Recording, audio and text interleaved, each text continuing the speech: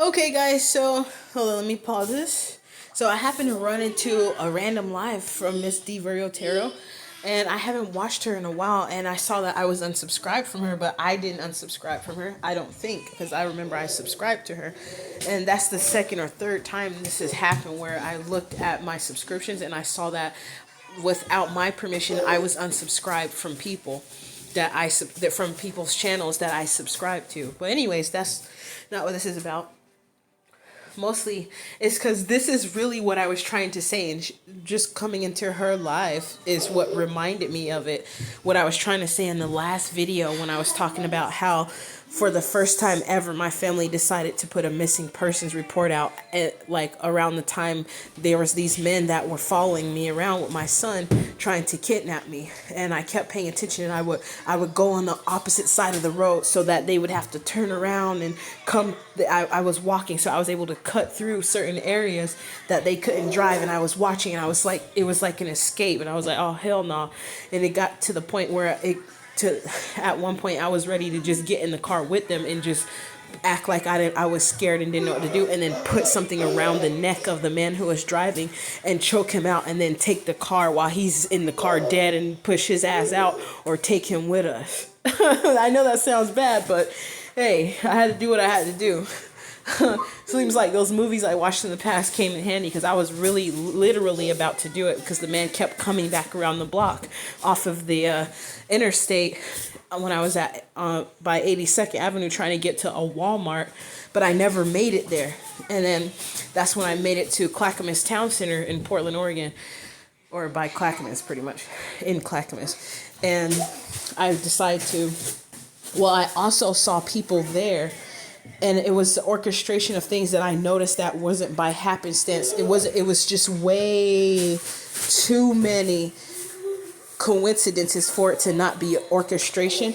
And when I witnessed and realized what was happening, that's when I knew at that moment, that day, that stuff happened after, like, maybe a few days after I left from the Family Promise Shelter, which is a place that houses people in hotels. They give you hotel vouchers to stay there for about 3 months, which is a blessing. But I was being harassed the entire 3 months and followed around by people who had target bags to let me know and feel like I'm being targeted eventually, and to let me know psychologically, subliminally, that I'm a targeted individual.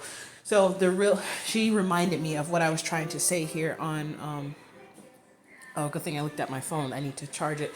But was laughing my ass off at something else, at one of these dudes that smoked DMT so much, but he still missed some information when he was coming after me, and seeing how stuff is starting to backfire, and the damage control he attempted to do is further backfiring on him. So I need to put the phone on the charger. And I'll do that in a moment. But I just want to say that she said here on this live that she's doing right now. But respectfully, I'm just like, well, skip to live. Okay, so anyways, she said something. She said, they've studied you more than you know you. And that's exactly what I need to hear to remind me the whole point I made the last video. I don't think I got to that point, which was I noticed the things that were happening let me know that whoever was trying to kidnap me knew where I was going to be at. And if I didn't go to a certain particular place at the time, they thought they already was doing some orchestration to know spiritually where I was going to be at next if I had not gone to one area. And that's when I was talking about on an older video on this channel back in February, I believe, or the end of February or March, when I originally made this particular channel. I was talking about how they was playing a numbers game with me. Every crosswalk I went to, it had 444, 222, 555, 666, and 111. It was mostly 444 and 555 and 666 and 222 that they were using. But it's like, and then they had arrows pointing on which way to go, because they was playing a numbers game with me. And then it was a couple that was walking up from a Lowe's that was leading down a long dark street because it was nighttime. It was becoming nightfall. But the thing of it is that those people walked up at the exact same time, and guess what colors they were wearing? Red and blue. And it didn't dawn on me until a little bit later on about how they use those colors in the orchestration. And some of them were wearing white, and then they'll have a gray shirt on, but it'll have red and blue on it. For some reason, it clicked. I didn't say anything about it, but I still spoke to those people to play them just like they all thought they were playing me. I said, ma'am, could you please walk with me? I said, can you guys please walk with me, because those men are trying to follow us. They've been following us this whole time. And I walk with them so that they could see I was walking with someone. But it's like I was picking up on it at the same time that they all were working together. And that soon as those two Caucasians, that I'm pretty sure that they've moved out of that apartment complex by now, 2 years later. Because I know that because of the other places that I had interactions with people trying to get me in the house so that they could kill me.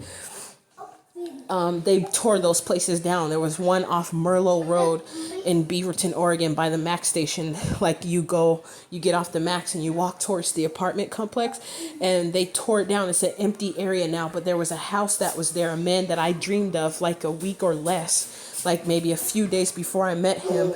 He was there it was just like what happened in the dream. There was a red sheet hanging up over the door. He said he was trying his best to get me in there. He said, well, are you going to come inside this time? And it was like he was desperate to get me in that room where, even though it was broad daylight, he wanted to have me killed. And I already knew that because of the dream I had 3 to 4 days prior to meeting him, when I was still staying at the hotel that they had moved us out of. And also I ran into the house that I saw that a man that was murdered was being housed in, and so a tub of water.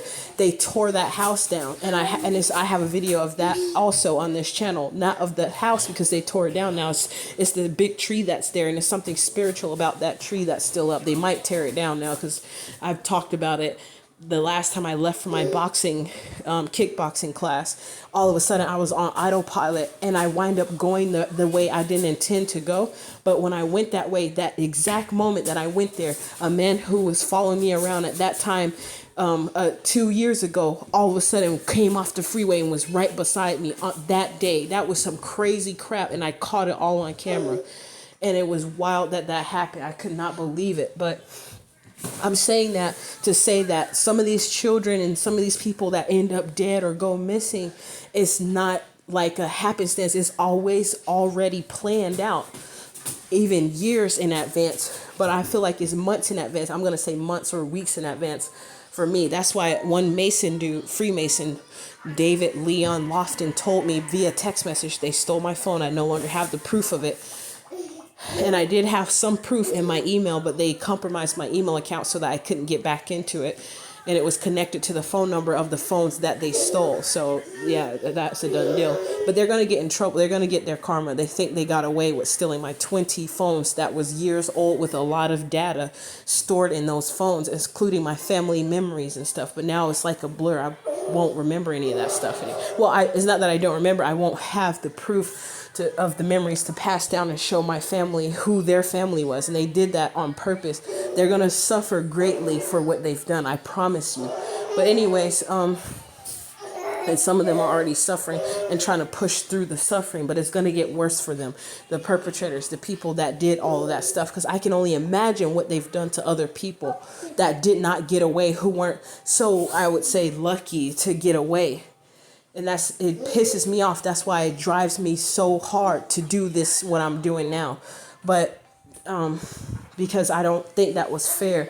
And these peasants gotten away with this for far too long. But the thing is, I just basically want to say, watch your back, because some stuff that seems like it's a coincidence is not. It's orchestrated, because there's people out here that go into Akashic records. It's like a map. They spiritually map out what you're going to be doing in life. They use your birth certificate. They use the time you was born. They use all of that information, the number, even your social security number. They use all of that. and like some wicked dark magic shit that they do to know what your life is going to be like, down to maybe who the man is that you were supposed to meet and marry and have children with. They be knowing that stuff ahead of time. They know where you're going to try to run and escape to.